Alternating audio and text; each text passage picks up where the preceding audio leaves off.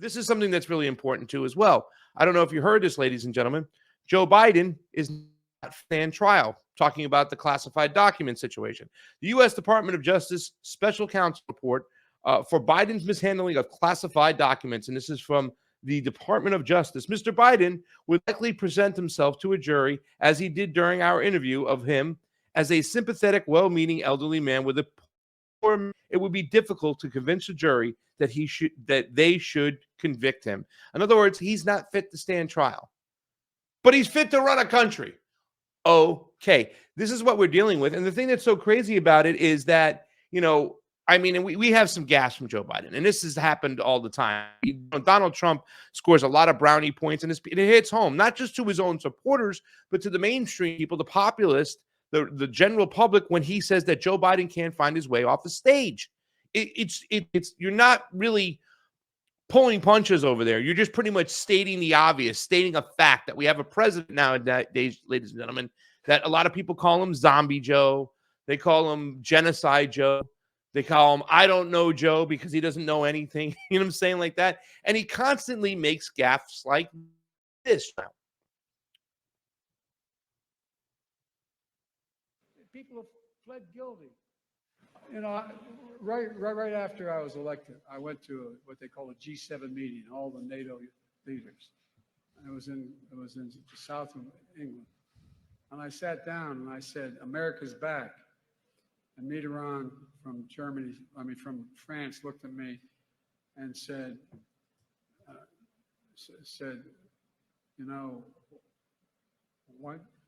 how long are you back for? And I looked at him, and the Chancellor of Germany said, what would you say, Mr. President, if you picked up the paper tomorrow in the London Times, and the London Times said, 1,000 people break through the House of Commons, break down the doors, 2 bobbies are killed in order to stop the election of the Prime Minister. What would you say? I never thought about it from that perspective. What would we say if that happened in another democracy around the world? I'm going to go back to the tweet real quick because it says here, Joe Biden says he recently met with Mitterrand from Germany. Mitterrand was the French president between 1981 to 1995. By the way, PSA, public service announcement, the dude died in 1996. I mean, the guy can't even remember the year his own son died. But the next gaffe is also one of my favorites right here, because in this next gaffe, he confuses the president of Egypt for the president of Mexico. Now, I understand if you confuse the president of Saudi Arabia, the leader of Saudi Arabia, and the leader of Qatar, right? Like a member confused with another monarchy, whatnot. I'd say if you even got confused, the president of Lebanon with the president of Jordan, but you're talking about the president of an African nation in Egypt in Sisi and the president of Mexico, southern border. I mean, that is just holy cow. Where is your brain?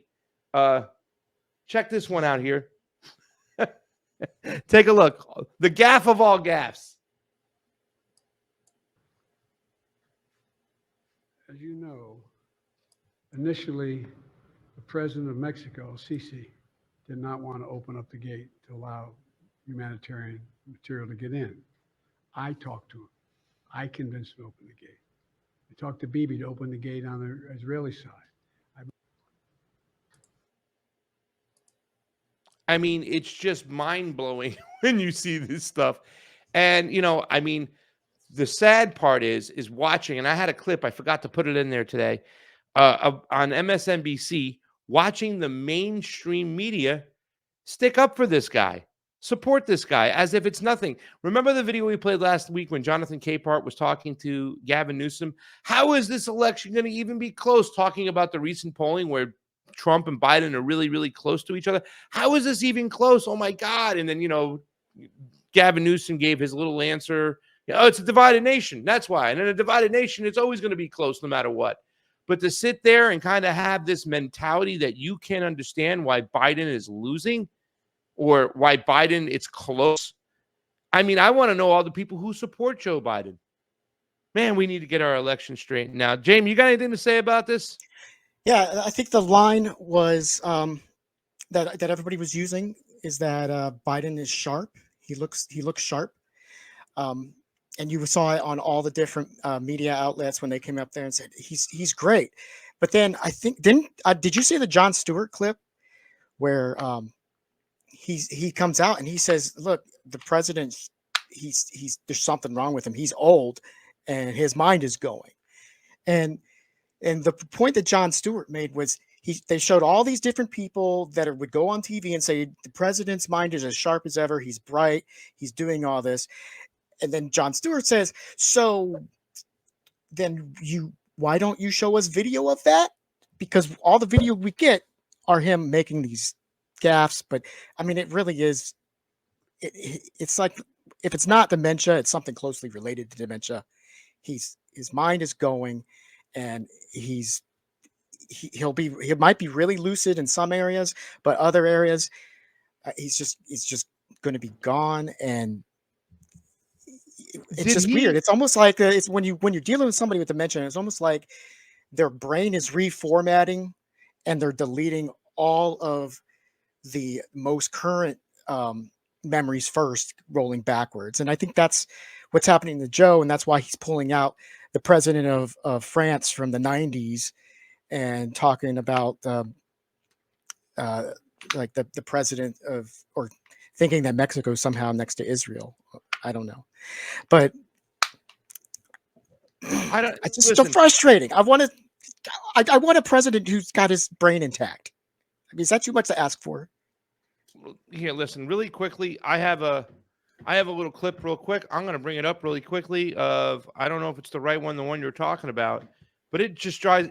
By the way, Jon Stewart's show is back now, huh? I think so. I think he's just doing Mondays. Oh, it's just once a week? I think so. Interesting. Guys, do us a favor. Hit the like button. Hit the share button. Let me make this here big. And we'll get into this and stuff like that. We appreciate you watching a new show. Craig Pasta, Jardula, Pasta to go. Let's check this out. Only 4 years, the record that they set. So a lot of people are happy to see him back. What do you think about his take on everything? I'm so excited he's back. I never stay up that late, and I did to watch him come back. He's still got it. I love that he takes shots at both sides. And listen, he's underscoring an issue that we've talked about at this table a lot. A lot of us are never going to agree on this, but I feel like he makes this point in it, which I've tried to make before, which is democracy is on the line in this election. Donald Trump is the most dangerous president of all of our lifetimes. And Democrats have made that their crowning campaign message. So that means that Joe Biden should be open to the most scrutiny. Shouldn't they have to explain why they say that? Just not just say that. Why is Donald Trump the most dangerous president of all time? Democracy's on the ballot. There's no context to that whatsoever. There's no nuance to that whatsoever. They just constantly throw that out. And if you ask me personally, and I'm not going to vote for Donald Trump, right? I never said I would support the guy whatsoever. But Donald Trump, if in fact, the president's had any say in what really goes on, it feels like they're just doing stuff for the ruling class and the establishment. Donald Trump would be a better choice than Joe Biden. You want me to explain myself? Well, we weren't as close to World War III as we are right now. The Ukraine-Russia situation. Me and Fiorillo were talking about this today. You remember that, Jayme? It didn't happen under Joe Biden. It didn't happen under Donald Trump. It happened under Joe Biden. This whole situation, arming, Gaza to the, Israel to the T to bomb Gaza. And I do believe, honestly, to be honest with you, Jayme, that if Donald Trump were in office, nothing would change as far as the Israeli situation whatsoever. In fact, they'd probably be even more harsh. You got to get him. You got to get Hamas. My only question is, would October 7th had happened if Donald Trump had been in office? That is a good question. Because I think a lot of the world, like a lot of things going on in the world, would have been totally different. I don't think the Ukraine war would have happened. I don't either.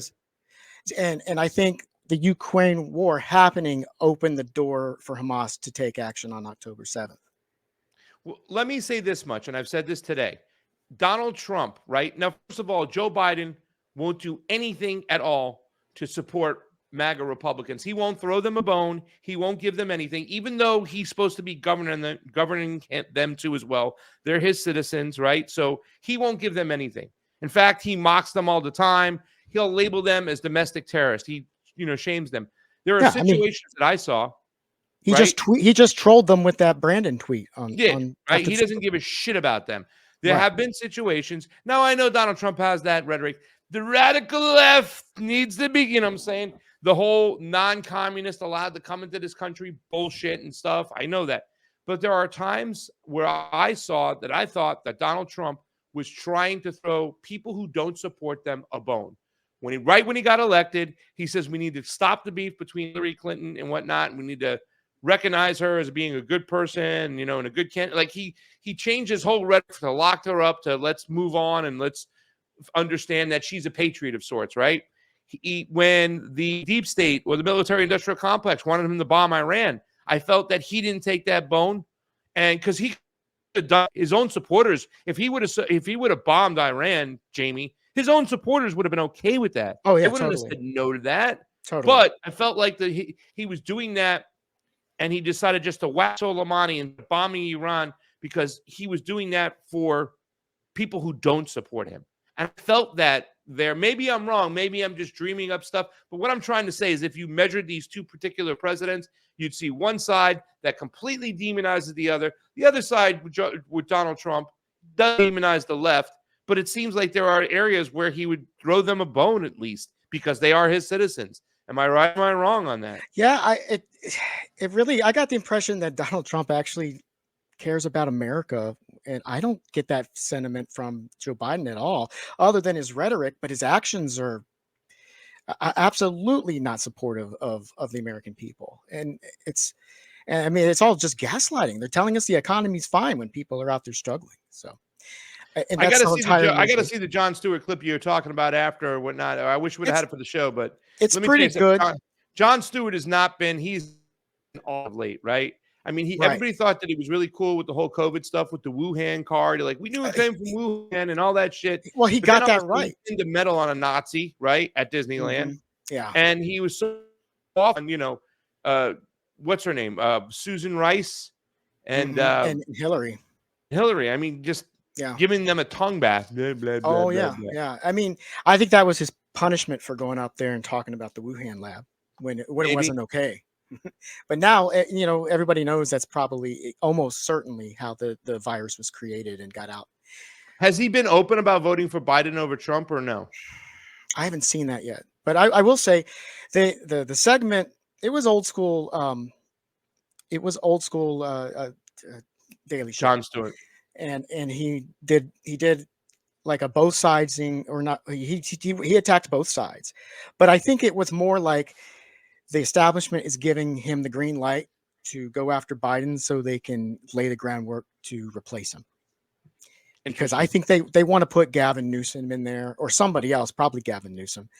And the Democratic Party knows that Joe Biden's a problem because they won't say it, but they know it. Hmm.